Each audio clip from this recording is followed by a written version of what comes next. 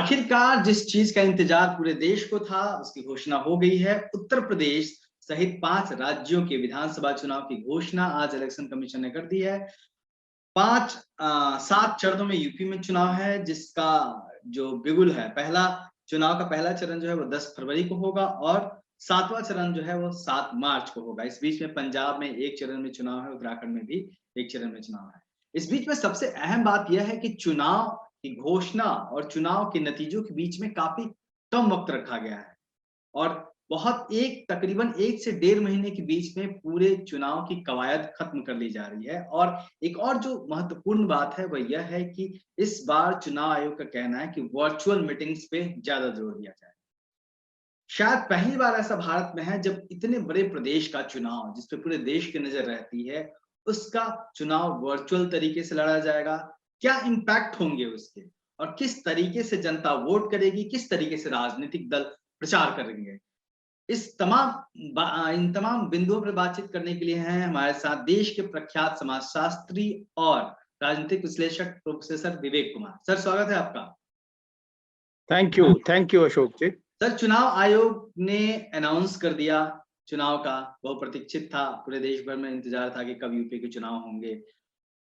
चुनाव की घोषणा के बाद आपको क्या लगता है किस तरीके से इस चुनाव को देखा जाना चाहिए और जिस तरीके से वर्चुअल मीटिंग्स की बात की जा रही है, उसका कितना बड़ा फर्क पड़ेगा इस चुनाव में? क्योंकि उत्तर प्रदेश में बहुजन समाज पार्टी और तमाम पार्टियां भी हैं जो कहीं ना कहीं काफी गरीब तबके तक उनकी पहुंच है, उनके बीच में किस तरीके से प्रभाव पड़ेगा? देखिए, सबसे पहले बात तो अशोक जी ये है कि ये मेरी पूरी अपनी पर्सनल जो मैंने थोड़ा बहुत अभी देखा है उसके आधार पर मैं ये टिप्पणी कर रहा हूँ। जी। और सचमुच अभी बहुत समय लगेगा कि किस प्रकार का इलेक्शन कमीशन ने ऐसी कौन कौन सी नई प्रणाली विकसित की है और दिखाई है। जैसे कि उन्होंने बताया है कि वर्चुअल पर ज्यादा जोर दिया जाएगा और विभिन्न पार्टियों को अपने दागी मेंबर्स के लिए अपनी वेबसाइट पर उनके आंकड़े खुद प्रचारित करने पड़ेंगे, उसको पब्लिश करना पड़ेगा कि आखिर जो अपराधी उनका व्यक्तित्व है या अपराधी किस्म के लोग हैं उनको ही टिकट क्यों दिया गया, इसकी भी उनको अपनी वेबसाइट पे इसका भी उनको प्रकाशन करना पड़ेगा।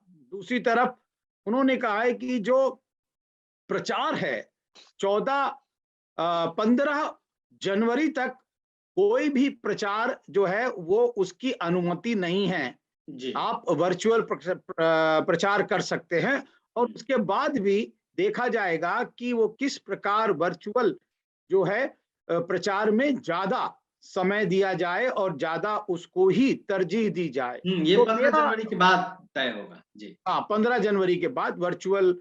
तो मेरा जो फौरी प्रतिक्रिया है कि मैं पहले तो बधाई दूंगा क्योंकि ये सबसे बड़ा पर्व होता है डेमोक्रेसी का, प्रजातंत्र का। इलेक्शन बहुत बड़ा पर्व होता है और जैसे कि भारतीय संविधान के अनुच्छेद 174 के तहत ये कहा जाता है कि कोई भी गवर्नमेंट 5 साल से ज्यादा ऑफिस में नहीं रह सकती, उसको अगर हमें क्रियान्वित करना है तो उसके लिए भी चुनाव बहुत आवश्यक होते हैं। तो इसलिए ये एक बहुत बड़ा कदम है और एक निष्पक्ष चुनाव के लिए इलेक्शन कमीशन जिम्मेदार होता है। ये बातें तो सचमुच बहुत ही अच्छी हैं, कामगार हैं। लेकिन जो वर्चुअल लेवल पर चुनाव प्रचार की कवायद की जा रही है, मैं उससे इत्तेफाक नहीं रखता हूं और मुझे लगता है कि ये गैर बराबरी को जन्म दे रहा है। अब आप ये पूछ सकते हैं कि क्यों सर, क्यों आपको क्यों लग रहा है? क्योंकि कोविड का माहौल है, ऐसे में तो इसको सेफ माना जाना चाहिए।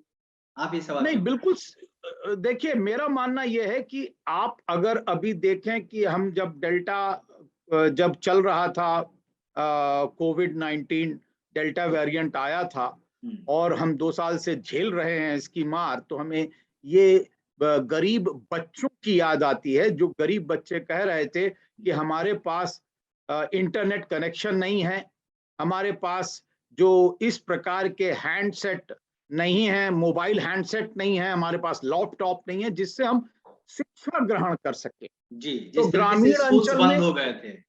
जी, जी, स्कूल जब बंद हुए तो उनको ये कहा जा रहा था कि आप वर्चुअल माध्यम से शिक्षा ग्रहण कर सकते हैं। तो ज्यादातर यहाँ तक कि दिल्ली जैसे प्रदेश में जो कि बहुत विकसित है और यहाँ पर बहुत अधिक जो है गरीबी उस प्रकार की नहीं है, तो वो लोग ये कह रहे थे कि उनके पास ना मोबाइल है, ना इंटरनेट कनेक्शन है, ना लैपटॉप है और वो शिक्षा ग्रहण नहीं कर पा रहे हैं। अब ऐसी स्थिति में जी, आप उत्तर प्रदेश जैसे जो गरीब जहां पर अभी भी 85% लोग जो अन्न दिया जा रहा है यानी कि गरीबी रेखा के नीचे हैं मेरे ख्याल से, जी। वो लोग अन्न ले रहे हैं सरकार का, हुँ, तो वो कैसे एक इंटरनेट को या हैंडसेट को जो कि उनका मोबाइल सेट होगा जिसमें इंटरनेट कनेक्शन होगा या लैपटॉप होगा उस पर वो तैयारी करके चुनाव के लिए डेटा को मुहैया करवाएंगे। हुँ, तो कहीं ना कहीं ये पहले कदम में पहली दृष्टि में ये एक बहुत ही गैर बराबरी हुँ, अनइक्वल इनइक्वलिटी को परपिचुएट बढ़ाने वाला हुँ, चुनाव लग रहा है हुँ। मेरी नजर में। तो सर दिक्कतें क्या लग रही हैं आपको कि क्या दिक्कत हो सकती है चुनाव प्रचार के लेवल पे? क्योंकि आम तौर पे जो आम मतदाता तक गाँव के एक आखिरी छोर पे जो व्यक्ति है, जहाँ पे बहुत देखिए अच्छे तरीके से सड़क भी नहीं पहुँची, वहाँ पे भी रैलियों में लोग खुद आ जाते हैं जब उनको पता आ चलता है जाते हैं। कि उनके नेता की रैली है। ऐसे में नेता कैसे पहुँचेंगे उन तक? नहीं, मेरा मेरा देखिए दूसरा मेरा जो सबसे बड़ा वो आरोप है जी। एक तरह से, वो है कॉरपोरेट घराने का मीडिया। हुँ, अगर कॉरपोरेट घराने को मीडिया को आप देखें कि उसके अंदर जो खबरें चलती हैं, हुँ, किस दल को सबसे ज्यादा समय दिया जाता है, हुँ, किस नेता को सबसे ज्यादा समय दिया जाता है, ये एकदम मतलब इबारत है, लिखी दीवार जी, पर लिखी हुई इबारत है। जी, जी। अगर प्राइम मिनिस्टर कोई प्राइम मिनिस्टर या चीफ मिनिस्टर या होम मिनिस्टर या कोई बड़ा उस तरह का लीडर अगर आप देखेंगे तो उसको लाइव जो है प्रकाशन किया, उसका लाइव प्रसारण किया जाता है। जी। कोई भी वो रैली करे, हुँ, कहीं भी रैली करे, चाहे वो दिल्ली में बैठ करके मणिपुर की रैली करे, लेकिन उसका लाइव प्रसारण होगा।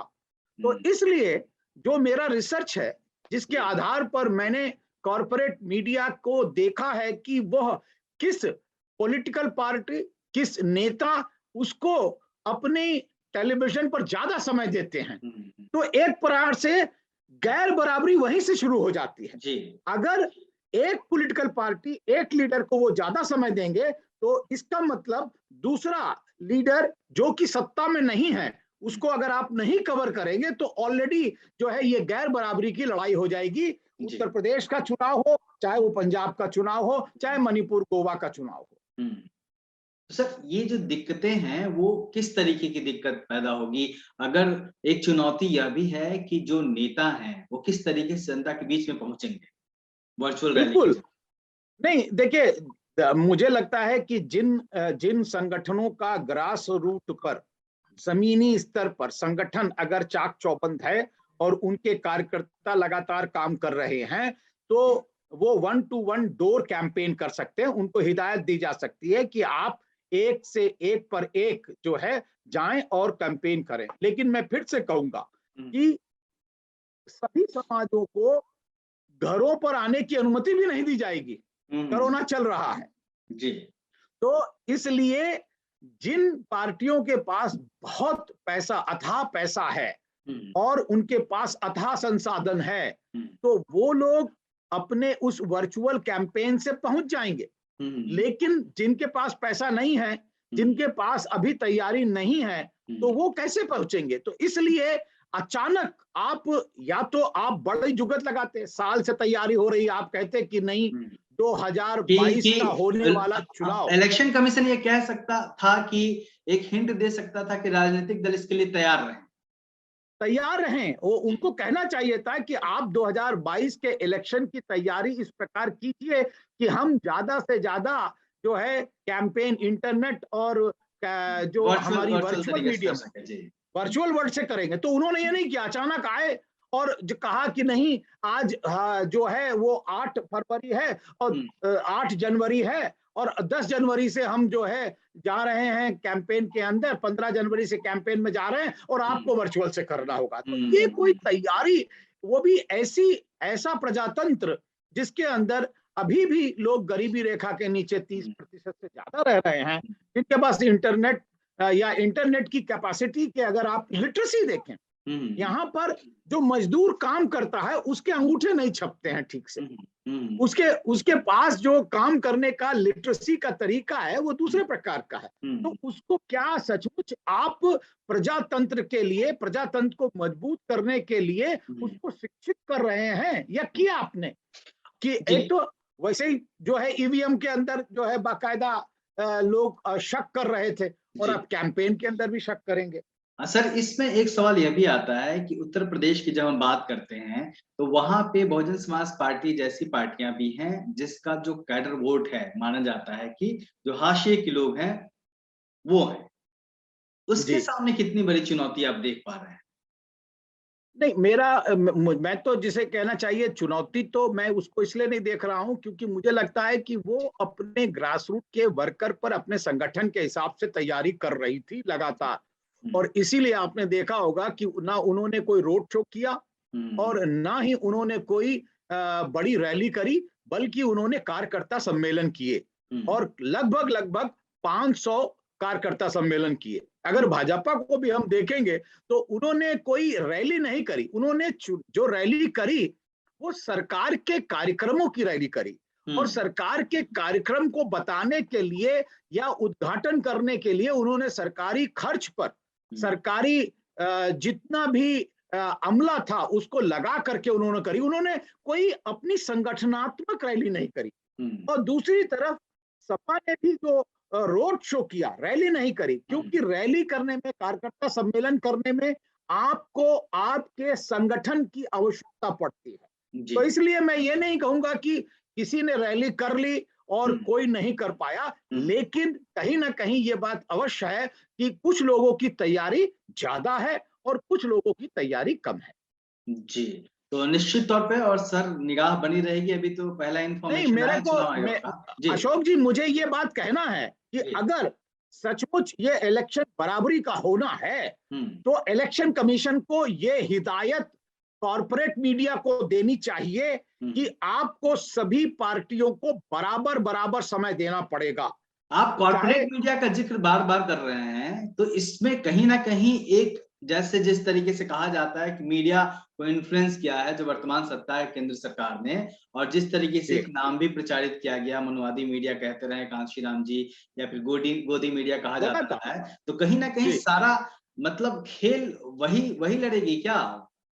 नहीं वो बिल्कुल जिस प्रकार आप देखेंगे कि वो जो तटस्थ जी। जनता होती है, हुँ, तटस्थ वोटर होता है, देखिए जो हमारा एक तरह से कमिटेड वोटर है हुँ, और कमिटेड वोटर को वो मीडिया इतना प्रभावित नहीं कर पाती, हुँ, यूट्यूब भी इतना प्रभावित नहीं कर पाते, लेकिन जो जी। तटस्थ वोटर होता है हुँ, उसको यूट्यूब मीडिया में उसके स्पीकर्स को बुलाना नहीं है, हुँ, उसके उसके व्यूज को देना नहीं है पार्टी के, और उसका नाम तक नहीं लेना है। हुँ, ये इन्फ्लुएंस करता है कि कौन, जैसे कि हवा बना दी गई है कि हुँ, किसके बीच में संघर्ष हो रहा है, हुँ। तो ये एक नैरेटिव गढ़ा जाता है। ये हम लोग सीख चुके हैं, और इसका जितनी भी नुकसान रिसर्च किसको आई है, उठाना पड़ सकता है? जो जो पार्टी नैरेटिव के बाहर हो जाती है उसको तटस्थ जनता ये समझती है कि ये पार्टी फाइट में नहीं है और इसलिए हुँ, जब फाइट में नहीं है तो हम अपना वोट क्यों खराब करें। और हुँ, इसलिए एन के इन प्रकारेण जो दल जिनको किनारे कर दिया गया है उनको कुछ ना कुछ इस प्रकार की जुगाड़ करनी चाहिए, इस प्रयास करना चाहिए कि वो आए और यूट्यूब मीडिया पर और कॉर्पोरेट मीडिया पर अपना मंतव्य रखें। हुँ, वरना इलेक्शन कमीशन को यह बात तय करनी पड़ेगी कि नहीं, सभी दलों को आपको बराबर समय देना पड़ेगा हुँ, और दूसरी तरफ उनके लीडरों को भी, उनकी लीडरों की रैली को भी कवर करना पड़ेगा। तब कहीं जाकर के ये प्रजातंत्र मजबूत होगा और ये लड़ाई जो है बराबर की होगी, वरना ये असमान लड़ाई होगी। जी, निश्चित तौर पर सर कई सवाल खड़े होते हैं इस चुनाव की जिस तरीके से घोषणा की गई है और जिस तरीके से तमाम टर्म्स कंडीशन रखे गए हैं। अब देखना होगा किस तरीके से राजनीतिक दल अपनी तैयारियों को लेके सामने आते हैं और आने वाले 15 जनवरी के बाद इलेक्शन कमीशन का क्या फैसला होता है। लेकिन एक कहीं न कहीं जिस तरीके से विवेक सर लगातार सवाल उठा रहे हैं कि वर्चुअल जब इलेक्शन होगा तो कुछ जो जो पूंजीपतियों का जिनके पास साथ है जिन दलों को, वो कहीं न कहीं प्रभावी भूमिका में होंगे और जो मीडिया है उसकी भूमिका भी इसमें अहम हो जाएगी। अब इन तमाम बातों का किस तरीके से जो और दल हैं वो सामना करते हैं, उनकी रणनीति क्या होती है, यह देखना दिलचस्प होगा। आप देखते रहिए दलील दस्तक। जय भीम। सर बहुत-बहुत धन्यवाद। Thank you.